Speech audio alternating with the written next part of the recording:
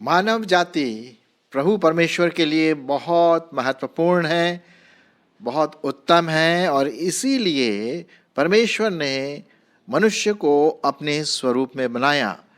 लेकिन पाप की वजह से उसका स्वरूप बिगड़ गया और वो पापी स्वभाव लेकर के इस दुनिया में अब चल रहा है। आप जैसे जानते हैं कि हमारे पूरे दुनिया की पॉपुलेशन 7 बिलियन से भी ज़्यादा हो गई है और हर व्यक्ति उसमें से बहुत बहुत इम्पोर्टेंट है, और विशेष करके वो व्यक्ति जिन्होंने प्रभु यीशु मसीह को अपना जीवन दे दिया है। सो आप एक बहुत ही विशेष व्यक्ति हैं जो प्रभु यीशु मसीह को ग्रहण किए हैं। तो आप कभी भी अपने आप को छोटा ना सोचे, छोटा ना बनाएं, क्योंकि परमेश्वर की दृष्टि में आप एक महत्वपूर्ण व्यक्ति हैं। और इसीलिए आज मैं आपके सामने एक बात रखना मांगता हूं कि परमेश्वर ने आपको और मुझको इसलिए बनाया कि हम प्रभु परमेश्वर के हों हर प्रकार से, चाहे हमारा रहना, हमारा जीना, हमारा खाना पीना, हमारा काम, हमारा व्यवहार, हमारा हर दिन का जो दिनचर्या है वो प्रभु परमेश्वर के लिए है।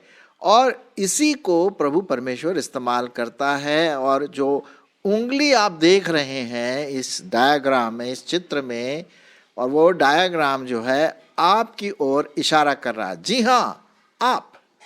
हाँ, आपकी ओर ये उंगली इशारा कर रही है, मेरी ओर ये उंगली इशारा कर रही है, आपके ऊपर ये उंगली इशारा कर रही है कि परमेश्वर की दृष्टि में आप बहुत ही महत्वपूर्ण है। अब मैं कुछ पदों को आपके सामने इसी से संबंधित पढ़ूंगा और आप जरा ध्यान दीजिए कि परमेश्वर का वचन आपके लिए और मेरे लिए क्या लिखा है। पहले तो मैं आपके लिए पढ़ूंगा इफिसियों उसका 2 अध्याय और 10 पद। इफिसियों की पत्री उसका 2 अध्याय और 10 पद क्या लिखा हुआ है, सुनिए परमेश्वर का वचन।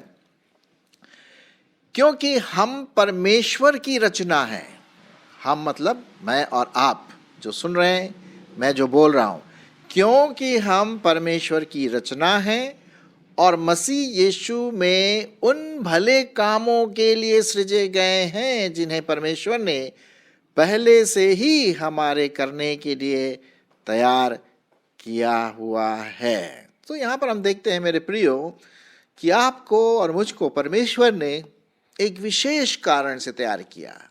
जी हाँ, मैं और आप, परमेश्वर की उंगली हम में से हर व्यक्ति की तरफ होती है जो उसका कहलाता है। रोमियो की पत्री और उसका 14 अध्याय और 8 पद। रोमियो की पत्री और उसका 14 अध्याय और 8 पद। देखिए वहां पर क्या लिखा हुआ है, क्योंकि यदि हम जीवित हैं तो प्रभु के लिए जीवित हैं, और यदि मरते हैं तो प्रभु के लिए मरते हैं। फिर हम जिए या मरे, हम प्रभु ही के हैं। सो मेरे प्रियो, ये उंगली जो है, आप कभी भी अपने आप को परमेश्वर की दृष्टि में कभी भी कम ना आंकना। अब उदाहरण के लिए ये देखिए ना, प्रभु परमेश्वर ने अगर हम देखें पुराने नियम में, एक चरवाहे को, शेपर्ड बॉय दाऊद, उसे अपनी महिमा के लिए इस्तेमाल किया। वो क्या करता था, बकरी चराता था। हाँ, और परमेश्वर ने उस छोटे से लड़के को जो शेपर्ड बॉय था अपनी महिमा के लिए चुना और वो राजा बनाया गया, और परमेश्वर ने अपनी महिमा के लिए उसे बहुत इस्तेमाल किया गया। दाऊद राजा, डेविड द किंग, जी हाँ, जो परमेश्वर के बहुत समीप था। उसके साथ ही साथ हम देखते हैं मूसा। अब मूसा को जब परमेश्वर ने बुलाया, वो तो साधारण सा व्यक्ति था, लेकिन जब वो अकेले में था तब उसने झाड़ियों में से जलने की आवाज सुनी और देखा जल रहा है कुछ, लेकिन ऐसे भस्म तो नहीं हो रहा था। वो समझ गया कि ये यहाँ पर परमेश्वर की उपस्थिति है, और परमेश्वर के वचन के अनुसार उसने अपनी जूती वहां पर उतार दी, क्योंकि वो पवित्र स्थान था। फिर परमेश्वर ने उससे बातें की, बोला कि मूसा भाई तेरे को तो मैंने चुन लिया है, अब तेरे को जाना है और इजरायलियों को छुड़ाना है जो मिस्र देश में क्या कर रहे हैं, गुलामी कर रहे हैं। तो मूसा ने क्या बोला, अरे प्रभु ये मैं कैसे कर सकता हूं, मुझे तो बोलना भी नहीं आता, मैं बोलने में असमर्थ हूं, मैं तुतलाता हूं, या जो भी उसकी कमी रही होगी। जी हाँ, लेकिन प्रभु यीशु मसीह जो परमेश्वर के रूप में वहां पर हैं, उन्होंने क्या कहा, भाई तेरे मुंह को किसने बनाया, गूंगा को किसने बनाया है? अगर बोलने में सामर्थ नहीं, परमेश्वर उसे सामर्थ देगा कि नहीं? हाँ हाँ हाँ। और आपको मालूम है मूसा जो था परमेश्वर की महिमा के लिए इस्तेमाल हुआ, और उसने जा कर के सब इजरायलियों को इकट्ठा किया, और 40 साल तक, समझ लीजिए 40 साल तक वो जंगलों में कई हजार इजरायलियों के साथ घूमते रहे, और अंत में उस कनान देश में आए। लेकिन मूसा तो जा नहीं पाया वहाँ पर, लेकिन बहुत कम लोग अंदर पहुंचे। तो हम देखते हैं परमेश्वर ने किसको इस्तेमाल किया, मूसा को इस्तेमाल किया। परमेश्वर किसी को भी अपनी महिमा के लिए इस्तेमाल करता है और कर सकता है, आपको भी कर सकता है, शायद कर भी रहा होगा। मुझे तो भैया इस्तेमाल कर रहा है, मैं जो हूँ प्रभु की सेवा टीचिंग प्रीचिंग के द्वारा करता हूँ, और मैं सोचता हूँ कि मैं परमेश्वर की महिमा के लिए इस्तेमाल हो रहा हूँ। अच्छा, यदि हम नए नियम की ओर देखें तो वहाँ पर आप पढ़ेंगे, और शायद पढ़ा होगा, कि भाई वहाँ पर खाने पीने की कमी थी, ढेर सारे भीड़ थी, हजारों लोग थे प्रभु यीशु मसीह के वचन को सुनने के लिए, और भीड़ की भीड़ उनके पीछे चली गई। प्रभु यीशु मसीह ने क्या कहा, भाई इनको खाने के लिए कुछ सामान लाओ, भोजन लाओ। उन्हें पता था कि उन्हें वो क्या करेंगे। तब बोले यहाँ इतने हजार लोगों को खाने के लिए कहाँ से लाएंगे भाई, हाँ? तब चेलों ने बताया, भाई यहाँ पर एक लड़का है, उसके पास कुछ मछलियाँ और कुछ रोटियाँ हैं। तो परमेश्वर ने क्या किया, उस लड़के को इस्तेमाल किया अपनी महिमा के लिए। जी हाँ, उस छोटे से लड़के को जिसकी माँ ने शायद कुछ मछली और रोटी पोटली में बांध करके दे दी होगी, बोले भाई तू यीशु मसीह के पास जा रहा है उसके वचन को सुनने के लिए, भूख लगी तो बेटा तू खा लेना। हाँ मम्मी मैं खा लूँगा। अब शायद वो भूल भी गया होगा प्रभु यीशु मसीह के वचनों को सुनते सुनते। अब उनके पास चले आए, भाई तेरा निकाल खाना। हम तो कुछ पढ़ते नहीं, उसने बड़े चुपचाप से दे दिया होगा, क्योंकि और तो हम पढ़ते नहीं उस छोटे से लड़के के बारे में। और फिर उसके बाद क्या हुआ, प्रभु यीशु मसीह ने सबको बुलाया, बैठाया जमीन में, घास में बैठो, और उसने धन्यवाद करके उन रोटियों को और मछलियों को सबको दिया। सब लोग तृप्त हो गए और बच भी गया, लेकिन वो फेंका नहीं गया। तो यहां पर हम देखते हैं एक छोटे लड़के को प्रभु ने इस्तेमाल किया अपनी महिमा के लिए। हाँ, कितनी इंटरेस्टिंग बात है। अच्छा, एक और छोटी लड़की के बारे में भी बताना मांगता। अगर हमने छोटे लड़के के बारे में बात की तो भाई छोटी लड़की के बारे में बात बता दूं। जी हाँ, हम इसके बारे में राजाओं में की किताब में पढ़ते हैं कि नामान जो सेनापति था उसका शरीर पूरा कोढ़ी था, बाहर से तो बहुत चमक रहा था, लेकिन अंदर से वो क्या था, कोढ़ी था। और उसके यहाँ जो काम करने वाली छोटी सी कोई बंधुआई में आई थी, ले आए होंगे, चल भाई तू हमारा पोछा वगैरह लगा देना, साफ सफाई कर देना, और खाना अगर तेरे को बनाना आता है तो खाना भी बना देना। अब छोटी लड़की, लेकिन वो प्रभु को जानती थी, वो यहोवा के बारे में जानती थी। हाँ, तो हम देखते हैं कि जब उसने स्वामी के कोढ़ को देखा, जब शायद वो कपड़े उतार रहा होगा, शर्ट वगैरह, अरे स्वामी की तो कोढ़ है। तो उसने अपने स्वामी से कहा, कितना अच्छा होता कि स्वामी अगर मेरे जो हमारे जो यहोवा परमेश्वर है उसका भविष्यद्वक्ता उसके पास जाए और वहां से अपना कोढ़ दूर करवा ले। और ऐसा ही हुआ। नामान अपने सब लोगों के साथ गया और वहां पर एक चमत्कार हुआ और वो कोढ़ से बिल्कुल शुद्ध हो गया। ये कैसे हुआ? एक छोटी लड़की को प्रभु ने इस्तेमाल किया। परमेश्वर भी आपको बहुत वैसे इस्तेमाल कर सकता है। आप कभी भी अपने आप को छोटा ना समझे कि परमेश्वर मुझे कैसे इस्तेमाल करेगा, अरे मैं कौन हूं। नहीं नहीं नहीं, मैं भी ऐसा कह सकता हूं भाई। नहीं, ये मैंने सीखा मेरे प्रियो कि प्रभु किसी को भी, चाहे वो किसी भी दशा में हो, अगर वो तैयार है तो प्रभु परमेश्वर इस्तेमाल कर सकता है। अब देखिए ना, आजकल कभी कभी क्या होता है, कुछ लोग पुलिस वाले को बिल्कुल पसंद नहीं करते हैं है ना, जो कि गलत है। हमें पुलिस वालों को, जो हमारे रक्षक हैं, उनकी सहायता करनी चाहिए, उनके साथ कोऑपरेट करना चाहिए। प्रभु यीशु मसीह के समय एक पर्टिकुलर लोग थे जिसको हम बोलते हैं चुंगी लेने वाले, टैक्स कलेक्टर। अरे साहब, उनको तो ऐसी दृष्टि से देखते थे जैसे खोकार बिल्कुल जैसे बहुत दूर के बदमाश, ऐसे लोग कोई पसंद नहीं करता था क्या जो टैक्स वगैरह कलेक्ट करते थे।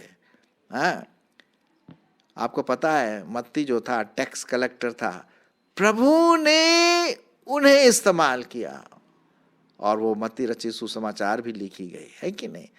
तो हम देखते हैं मेरे प्रियो कि किस प्रकार से परमेश्वर अपनी महिमा के लिए लोगों को इस्तेमाल करता है। हाँ, पौलुस हुआ, जिसके बारे में तो आप जानते ही जानते हैं, है कि नहीं। और भी कई दूसरे लोग हुए, हम देखते हैं। अगर बाइबल में से निकल के आए तो D.L. मूडी करके एक परमेश्वर का जन था, शायद आपने सुना होगा या नहीं सुना होगा, मुझे नहीं पता। D.L. मूडी एक, मालूम क्या काम था उसका, जूते बनाता था। वो जूते, जिसे आजकल के भाषा में हम लोग क्या बोलते हैं, चमार, जूते बनाने वाला। आजकल जो जूते बनाने वाले, उनकी कद्र ज्यादा नहीं होती है कि नहीं। वैसे हमें उनके कद्र को उनके काम से नहीं जोड़ना चाहिए, लेकिन ऐसा जनरली होता है, हम उसको नीची दृष्टि से देखते। लेकिन परमेश्वर ने इस जूते बनाने वाले को बुलाया और अपनी महिमा के लिए इस्तेमाल किया, और आज उसके नाम पर, D.L. मूडी के नाम पर बड़ा बड़ा इंस्टीट्यूशन है, और सीखने के बड़े बड़े यूनिवर्सिटीज पाई जाती हैं। क्यों? क्योंकि एक सिंपल साधारण व्यक्ति ने अपना जीवन प्रभु को दे दिया और कहा मैं तेरे लिए आता हूं, है ना। उसी प्रकार से हम देखते हैं रूथ के बारे में, आप जानते हैं, एस्तर के बारे में जानते हैं। परमेश्वर ने इन सबों को इसलिए इस्तेमाल किया क्योंकि वो बोले थे कि मैं तैयार हूं, मैं प्रभु के लिए तैयार हूं, प्रभु तो मुझे इस्तेमाल कर। अब शामिल को जो था, शामिल जो बहुत ही छोटा था, शायद 12-13 साल का होगा, 10-12 साल का, और वो प्रभु के भवन में बत्ती जलाना, साफ सफाई करना वगैरह वो करता था बचपन में। और जो एली था वो उसकी देखरेख करता था। बचपन में ही परमेश्वर यहोवा ने शामुएल को बुलाया, कहा शामुएल शामुएल। पहले तो वो समझा नहीं ये आवाज कहाँ से आ रही भाई रात में, तो उसने सोचा शायद कि एली जो याजक था शायद वो बुला रहे होंगे, पानी चाहिए होगा या ऐसी कुछ। तो बोला कि महाशय एली, क्या आपने मुझे बुलाया? नहीं, मैंने नहीं बुलाया। उन्होंने कहा जा सो जा, और फिर सो गया। और फिर आप जानते, फिर से आवाज आई शामुएल शामुएल। तब एली को पता पड़ गया कि ये हो न हो ये परमेश्वर की आवाज है, और कहा कि अब की बार जब तू सुने ये आवाज तो कहना हाँ प्रभु मैं यहाँ हूं। और वही बात हुई, परमेश्वर ने शामुएल को बुलाया, शामुएल को बुलाया फिर से, शामुएल शामुएल, और शामुएल ने कहा हाँ प्रभु मैं यहाँ हूं। और उसके बाद से परमेश्वर ने इसे एक बड़े भारी भविष्यवक्ता के रूप में इस्तेमाल किया।